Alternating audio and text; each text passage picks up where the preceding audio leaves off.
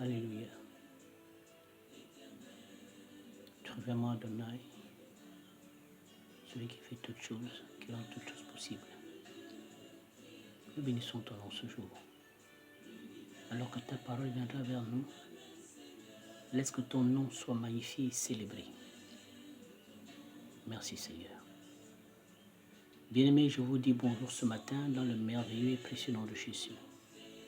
Je suis le pasteur Dieudonné Mbonico et ce matin je viens vous exhorter dans la suite du message d'il y a 2 jours sur la foi. Dernièrement, nous parlons de la foi ferme qui doit être basée sur le rocher, qui doit être basée sur le roc qu'est Jésus. À l'exemple de ce rocher qui est là à un endroit depuis des siècles, depuis des années. Jésus est ce rocher qui ne faillit jamais. Ce matin, j'aimerais axer notre thème de la foi sur 4 éléments. Ces 4 éléments sont que la foi doit croire, la foi doit agir, la foi doit persévérer et la foi doit contenir de l'audace.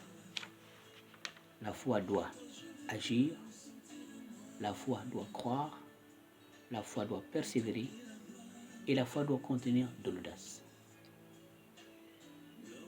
Bien-aimé, la foi, c'est un acte, c'est quelque chose. On croit en quelque chose. Oui, cela est bien de croire.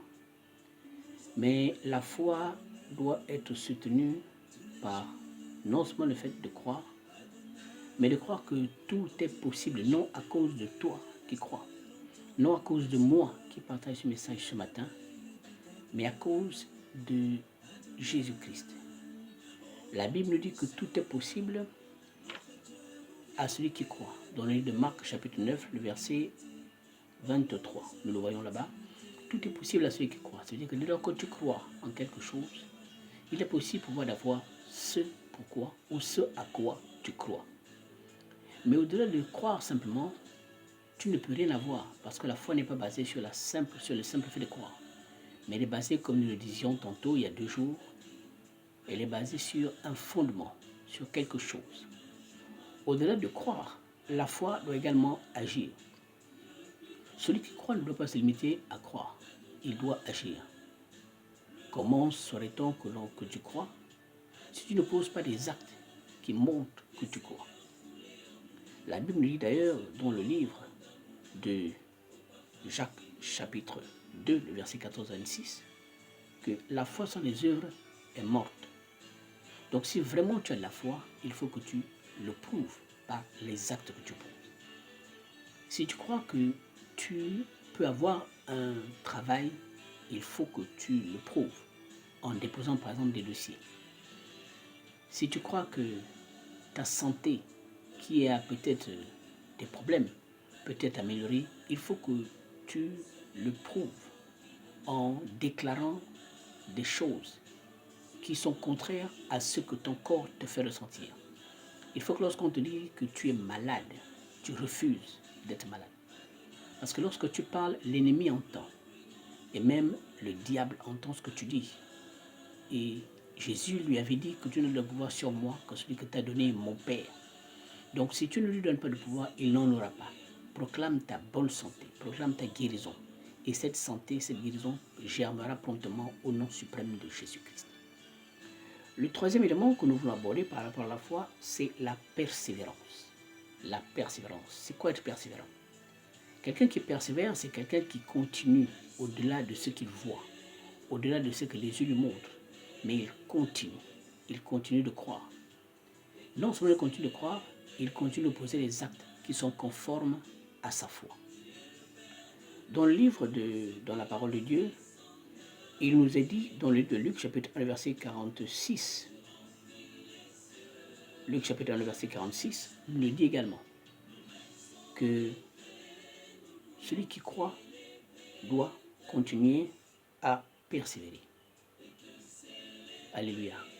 Le quatrième élément que nous allons aborder ce matin, c'est que la foi doit contenir de l'audace.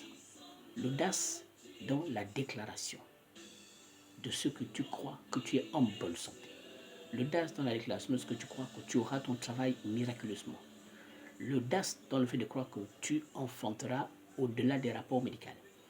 C'est ainsi qu'une jeune femme, au cours d'une réunion des femmes à l'église, qui avait ce défi d'enfantement, s'est tenue devant tout le monde et a commencé à déclarer « Je suis enceinte.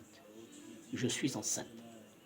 Alors que les rapports de la médecine montraient le contraire. Ces rapports montraient un faible taux ovarien. Ces rapports montraient que cette dame ne voulait plus. Mais parce que par la foi, elle a cru fermement, elle a déclaré, quelques mots plus tard, Dieu l'a confirmé. Bien-aimé, c'est pour te rappeler ce matin que Dieu est prêt à confirmer ce que tu dis. Voilà pourquoi la Bible déclare que la vie et la mort sont au pouvoir de ta langue. Tu auras ce que tu diras si tu crois. Ce n'est pas seulement de croire, mais il faut que ce que tu crois soit enraciné en toi. C'est alors que Dieu confirmera ce que tu dis. Mais au-delà de tout ceci, la foi doit être bâtie. La foi doit être bâtie par l'écoute des messages chrétiens, l'écoute des messages ouins, par le fait de méditer la parole, par le fait d'écouter certaines personnes, des témoignages vivants qui ont amené des personnes à sortir de certaines situations. Tout ceci constitue des éléments qui nous aident à aller de l'avant et à croire que tout est possible. Et parce que tu fais ainsi, ce qui semblait impossible pour toi deviendra possible au nom suprême de Jésus. Et je prie alors pour toi ce matin, Père éternel, je bénis ton saint nom. Nous ne sommes rien sans toi, nous dis-tu dans ta parole. C'est toi qui nous as fait, c'est toi qui nous fais espérer, c'est toi qui nous fais vivre. Seigneur, tu dis jusqu'à présent, vous n'avez pas demandé en mon nom. Demandez en mon nom et vous recevrez. Ainsi votre choix sera parfaite. Seigneur, merci de venir raviver notre foi. Merci de faire grandir notre foi.